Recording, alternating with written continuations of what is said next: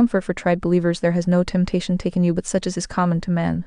But God is faithful, who will not allow you to be tempted above what you are able, but will, with the temptation, also make a way to escape, that you may be able to bear it. 1 Corinthians chapter 10 verse 13. This verse immediately follows the warning to him that thinks he stands to take heed lest he fall. None of us know what stuff we are really made of until we are tried and tested. It is a very easy thing to imagine yourself to be strong, but it is a very different matter to find that you have sufficient strength when you actually need it. It has even been found possible in these modern days for some brothers and sisters to believe themselves to be perfecto, believe that sin is entirely conquered within them, but I will guarantee you that you will find that the practice of perfection is not nearly so common as the profession of it, and nothing like so easy. And I will venture to go even further and say that if you watch those in whom sin is said to be dead, you will find that if it is dead, it is not buried, and that it smells remarkably like other dead things which ought to be buried. It is possibly worse than when it was alive, for it has become alive again in an even worse sense with a double putridity. Let no one of us imagine himself to be perfect, or to be immune against the temptations of Satan, or even the grosser vices to which the flesh is prone. It may only need for you to be attacked at a certain point, and in a certain way, and you will be overcome even as others have been. Your wisest way is to believe yourself neither to be wise nor strong, and therefore to lie humbly at his feet who can make you both wise and strong, and to look away from yourself up to him who will keep the feet of his saints. It ought to cool the hot blood of self-conceit in any man to remind him that although he thinks that he stands, it is simply because he has not been tempted as others have been who have fallen. Or if he has been tempted in a way which overthrew them, while he has stood fast, yet if the temptations were still further increased, and he were left to himself, he would find that at the last the fierce wind from the pit would sweep him off his feet, even as it has swept off other men who thought that they could never be moved after the Apostle Paul had, by this warning, rebuked the boastings of these who thought they were standing securely. He thought of the far larger number of persons who never think that they can stand, but who are in constant terror lest they should fall. They say they are not the people of God yet. In almost the next breath they say they are afraid that they will lose what they just said they did not have. They sometimes hope that they are saved, yet they quickly doubt if it is so with them, and they are troubled with the fear that even though they are saved, they may yet fall and perish. Their feelings are a strange mangle of incorrect caution and incorrect doubt. And Paul seems to me in this verse to give them a cordial by which their fainting spirits may be revived. And I would like to pass it on to any of you who also need it. You may be tried, and too ancestral will come, and the trial will often be a temptation, while the temptation will always be a trial. Now comes in the comfort, and the first comfort, even in great trouble, is that we have not, after all, been tried in any very unusual way. There has no temptation or trial taken you but such as is common to man. You may think, my dear brothers and sisters, that you have been tried more than others, but it is only your lack of knowledge of the trials of others which leads you to imagine that your trials are unique. There are many others besides you in the furnace, and in quite as hot a part of it as that in which you are now placed. Note what Paul says: there has no temptation taken you but such as is common to man. It is a human temptation, not a superhuman one, which has assailed you. That is to say, one which can be withstood by men, not one that must inevitably sweep them away. You have never been tempted with an angelic temptation. Satan has tempted you, young man, but not with the same temptation with which he allured the angels who kept not their first estate. There may be other orders of intelligence for whom there are other forms of temptation, because their intellects are superior to yours, but God has allowed you to be assailed in a way which is suitable as a test to you as a man. The trials that have come upon you have been moderated to your capacity as a man. The Lord knows that you are but animated dust, so he has not permitted you to be treated as if you were made of steel or iron. He has himself dealt with you as an earthen vessel, a thing of clay in which he has caused life to dwell. He has not broken you with his rod of iron as he would have done if he had struck you with it. But I am very sorely tempted, says one. Yes, perhaps you are, but the Lord has given you the history of the children of Israel in the wilderness to let you see that you have not been tempted more than they were. Ah, says another, but I find myself placed in a very peculiar position where I am greatly tried. I have to labor hard, and I have much difficulty in earning my daily bread, and I am beset with trials of many kinds. Well, dear friend, even though what you say is perfectly true, I am not certain that your position is any more likely to bring temptation than was that of the children of Israel in the wilderness. Ah, you say, but they had not to work to earn their bread. The manna came to them every morning, and they had only to gather it to eat it. They were not engaged in commercial transactions. There were no markets in the desert, no corn exchange, no stock exchange, no Smithfield, no Billings Catino taking down the shutters in the morning and putting them up again at night, and going a great part of the day without any customers. They were separated from all other nations, and were in a peculiarly advantageous position. Yet, dear friends, you need not wish to be placed in such a position, because, advantageous as it was, in some respects the Israelites there were evidently tempted to all sorts of sins and fell into them very grievously. Having often read the story of their 40 years' sojourn in the wilderness, you know their sad history. With so favorable a position granted to them under the Lord's own special guardianship and enriched with many choice mercies, we might have expected that they would have been free from temptation, or, at any rate, that they would not have fallen into its snare. Yet it was not so, for the devil can tempt in the wilderness quite as well as in the city, as we know from the experience of Christ himself. The devil would tempt you even if your bread was given to you every morning instead of your having to earn it. He would tempt you if you had no business to attend to, and never had to go into the world to meet with your fellow men. In fact, the story of the Israelites teaches me that it is best for you to work, and best for you to be poor, and best for you not to make money as fast as you would like, and best for you to be surrounded by cares of various kinds. I think I judge rightly that the people of God, the saved ones, do not fall into such gross sins as the Israelites did in the wilderness, so that the saints' position, though it may appear worse than that of Israel, is really better. To what, my dear brothers and sisters, are you tempted? Are you tempted to lust after evil things? They lusted after the meat that was not suitable to the climate, nor good for their health, and they despised the manna, which was the very best food they could have. Do you ever get a craving for what you ought not to desire? Are you growing covetous? Do you long for ease? Do you wish for wealth? Do you love pleasure? Well, dear friends, this temptation has happened to others before it happened to those people in the wilderness. You are not the first to be tempted in that fashion, and if divine grace has helped others to overcome the covetous desire and the lusting of the spirit, it can help you to do the same. But mark also that if others have fallen through such temptations and perished in the wilderness, you too, apart from divine grace, will do the same. Therefore have you urgent need to cry to the strong for strength, lest you also should fall even as they did. Are you tempted to idolatry? It is a very common temptation to make an idol of a child, or of some particular pursuit in which you are engaged. Is there anything in the world that is so dear to you that the very thought of losing it makes you feel that you would rebel against God if He took it away from you? Remember what John was inspired to write. Little children, keep yourselves from idols. But if you are tempted to idolatry, do not forget that this is a thing that is common to men. In the wilderness the Israelites were tempted to set up a golden calf and to worship it, and even to practice other idolatrous rites which were too foul for me to describe. They were tempted to idolatry, so it is not an uncommon temptation. And if you are also tempted in a similar fashion, you must cry to God for grace to resist and to overcome the temptation. Are you tried, sometimes, even with that terrible temptation which is mentioned in the verse where Paul says, "Neither let us commit fornication, as some of them committed"? Has strong passion sometimes suggested to you that which your soul abhors? Have you been at times forced to the very brink of that dread abyss of uncleanness, till you have had to cry with the psalmist, "My feet were almost gone, my steps had well near slipped"? Ah, this temptation also is not uncommon to men, and even those who live nearest to God, and are the most pure in heart, sometimes have to blush before the Lord that such evil suggestions should ever come into their minds. And have you too been tempted to tempt Christ, as some of them were also tempted, and were destroyed by serpents? They wanted God to change His plans and purposes concerning them. They found fault with Him and said that He had brought them into the wilderness to destroy them. Do you feel that your present troubles are too severe, that they should not have been sent to you, at least not as many and as heavy as they are? If so, and if you feel that you have a cause for complaint against the Most High, and that you want Him to change His methods of dealing with you so as to suit your whims and fancies, alas, sad as such a state of mind is, it is only too common to man, and possibly you may also have been tempted to murmur, as some of them also murmured, and were destroyed of the destroyer. I must withdraw that word possibly, for I am greatly afraid that many professing Christians do murmur, and that they do not always realize what a gross sin it is to murmur, seeing that it is an act of distinct rebellion against God. But should you at any time feel a murmuring spirit rising up within your heart, you must not say, "This is a trial which nobody else has ever experienced." Alas, it is a very human temptation which is exceedingly common to man. So, summing up all that I have been saying and looking around this congregation, and upon all of you who know the Lord, although it would be impossible for me to recount all the different forms of temptation and trial through which you have gone, yet this is a matter of fact: there has no temptation taken you but such as is common to man. We are all in the same boat, brothers and sisters, as far as temptation and trial are concerned. We are all warring the same warfare. Your duty may call you to one part of the field, and mine may call me to another part, but the bullets whiz by me as well as by you.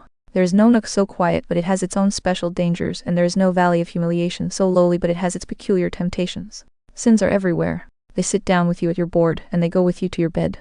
Snares are set for you in your home and in the street, in your business and in your recreations. Snares are not absent from your pains, and they are abundant in your pleasures. Everywhere and under all circumstances, we must expect to be tried. This experience is common to men. The remembrance that it is so ought to be somewhat of a comfort to us in every time of trial and temptation. Romans 2. But secondly, in our text we have a far better source of comfort than the teat is this: but God is faithful.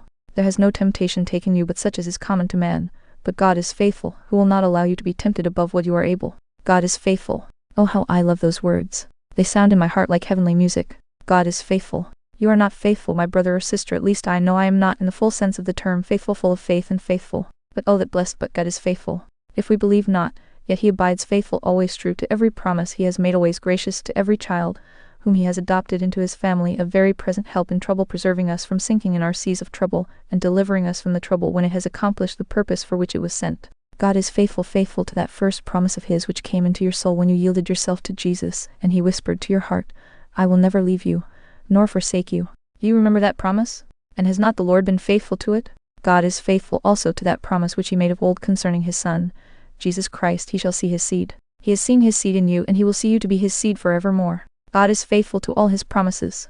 And in your experience, my brother or sister, he has been faithful to the promises which met your case in all your changing circumstances. Has he not been faithful? Can you put your finger upon a single page of your diary and say, God was unfaithful this day? Your friend who ate bread with you has lifted up his heel against you, but has your God forsaken you? Even your own children have been unkind and ungrateful to you, but has the Lord ever treated you ill? Where you had the most hope among your earthly friends and acquaintances, you have had the most disappointments. But has Jesus ever been a wilderness to you? All men are liars, you have said in the bitterness of your spirit when you have trusted in them, and they have failed you in the time of trial. But have you ever found Christ false to his word? Can you not join your testimony with that of all the saints above and the saints below, and say with Paul, God is faithful?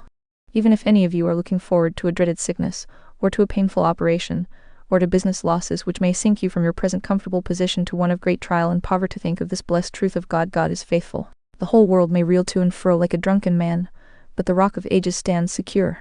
The shooting stars of temporary prosperity may die out in everlasting night, but God is the Father of lights, with whom is no variableness, neither shadow of turning. God is faithful. Whatever your future trials are to be, put this short sweet sentence into your mouth and keep it there as a heavenly lozenge which shall sustain you at all times. Make it also into a jubilant refrain, and as you go on your way, sing again and again, God is faithful. Trials and temptations will assail you, but God is faithful. Friends will fail and forsake you, but God is faithful. Wealth may be lost and property may vanish, but God is faithful. What more do you need than this, soldiers of Christ? Here you have breastplate, helmet, sword, shield, spear, eyes, the whole panoply of God. Romans 3. The third comfort for a tried and tempted believer arises from God's power. For Paul says, God is faithful, who will not allow you to be tempted above what you are able. God, then, has power to limit temptation. It is clear from the book of Job that Satan could not tempt or try the patriarch except by divine permission, and even then his power was limited. Nor can he tempt us unless God allows him to do so. Although the devil had great power over the elements, so that he brought disaster upon poor Job, yet there was a very definite limit to his chain, even when the Lord let him loose to a certain extent. And when God set up his barriers, Satan could not go beyond them. You remember that the Lord first said to Satan concerning his servant Job, Behold, all that he has is in your power. Only upon himself put not forth your hand. When the devil again intruded himself among the sons of God, the Lord let out more links of his chain. But there was still a most emphatic limit to his power over the patriarch. Behold, he is in your hands, but spare his life. The devil would have liked to kill Job outright, but he could go no further than the Lord allowed him to go, and God still has unlimited power over the devil and over every form of temptation or trial that can ever come upon you. If the Lord appoints for you 10 troubles, he will not suffer them to be increased to 11. If he ordains that you shall be in trouble for 6 years, you will not be in it for 6 years and a day, but when the allotted time has expired, you shall come out of it. Nothing can resist the might of the omnipotent Jehovah, who make the clouds his chariot, who walks upon the wings of the wind. He can put a bit in the mouth of the tempest and rein in the rushing steeds of the storm. And the fiercest of your trials and temptations must feel the force of his overruling and restraining hand. When you are on the dunghill, remember that God is on his throne. Well did the psalmist sing, The Lord reigns, let the earth rejoice. But much more may his own people rejoice, because his sovereignty is pledged to defend them. Why, if all the armies of the devil were let loose upon a single saint who felt himself to be weak as a worm, and the Lord said to them, I am his defense, and you shall not touch him, they could not touch him. And he would be able to say with the utmost confidence, Greater is he that is for me than all that can be against me. The adversaries of the righteous may rage as much as they will, but they will have to spend their strength in raging, for that is all they can do against God's people without his express permission. Not a hair of their head can be scorched by the fires of persecution, unless the Lord allows it. The waters of the Red Sea cannot drown them, thy march between the watery walls dry shod. The lions cannot devour them. Daniel enjoyed a good night's rest even in the lion's den. Even the waves of the sea become the servitors of the saints, for Jonah was in the belly of the fish 3 days and 3 nights, in preparation for future service for God. All his people are kept by his almighty power. How greatly this ought to comfort you who are sorely tried. Every twig of the rod of correction has been made by God, and every stroke of it is counted by him. There is not a drop more gall in your cup than the Lord has ordained. He has weighed in the scales of the sanctuary every ingredient of your medicine and mixed it with all his infallible skill, so that it may produce the cure of all your ills. Should not this make you rejoice in the Lord all the day long, and in the night seasons as well? Romans 4. Fourthly, not only should tried believers rejoice in God's power, but they should also rejoice in God's judgment. For Paul says, God is faithful, who will not allow you to be tempted above what you are able. Who beside God knows how much we are able to bear? Our consolation arises from the fact that God knows exactly how much we can bear. We have no idea ourselves what we can bear. I have many a time heard a person say, if such a thing were to happen, it would break my heart and I would die. Well, that very thing has happened, but the person concerned did not break his heart and he did not die. On the contrary, he behaved himself as a Christian in a trial should. God helped him wondrously, and he played the man, became more than conqueror, and was the brighter and the braver, ever afterwards, for all the affliction through which he had passed. Brother, your own strength, in some respects, is greater than you think, and in other respects, it is less than you think, but God knows just how much you can bear, so leave yourself in his hands. I have known some people who have wished for trouble. It is a great pity that anybody should be so foolish as that. I remember one who used to think that he was not a child of God because he had not had much trouble. He used to fret all day long, because he had nothing really to make him fret. I once heard a woman in the street say to her child who was screaming lustily, "If you cry for nothing, I'll give you something to cry for." So, when a man wants trouble, he will probably get it, but it is a very silly child or man who asks for the rod. Be content to have as little of it as you really must. You will have quite enough of it before you get to heaven. Do not ask for it, you will have it in due time. God knows, to an ounce, just what his children and his servants can carry, and he never overloads them. It is true that he sometimes sends them more trouble than they could have carried by themselves, but then, as he increases the weight of their burden, he also increases the strength of the back upon which he places it. I have often admired the loving kindness of the Lord to many of my own flock, and have noted the great joy that our young Christians have had for a number of years. I have observed how remarkably God has preserved them from temptation without, and from trials within. The Lord does not send his young children out to battle. He does not intend such little boats as these to go far out to sea. He will not overdrive these lambs. Yet the advanced Christians are just as happy as the young people are, and they are stronger and more fit for stern service and more able to sympathize with others who are in trouble because of what they have themselves passed through.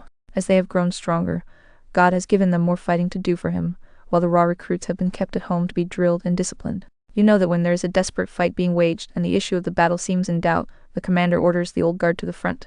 That is part of the privilege of being an old guardsman, to go into the hottest place on the field of battle. And it is one of the privileges of the advanced children of God to be tempted more than others, and to suffer more than others. If I could have any trial or temptation which, otherwise, would fall upon a young brother who has only known the Lord a week or two, I would gladly say, let me have it. It might stagger him, and I would be sorry for him to be staggered by it, so I will willingly endure it. You tried believers must not imagine that God does not love you as much as he did in the days of your spiritual youth, when he did not test you as he does now. He loves you quite as much as he did then, and he trusts you even more than he did then, because he has made you stronger than you used to be. He gives you the honor and privilege of marching with the vanguard of his army, or leading the forlorn hope, or standing foot to foot with old Apollyon.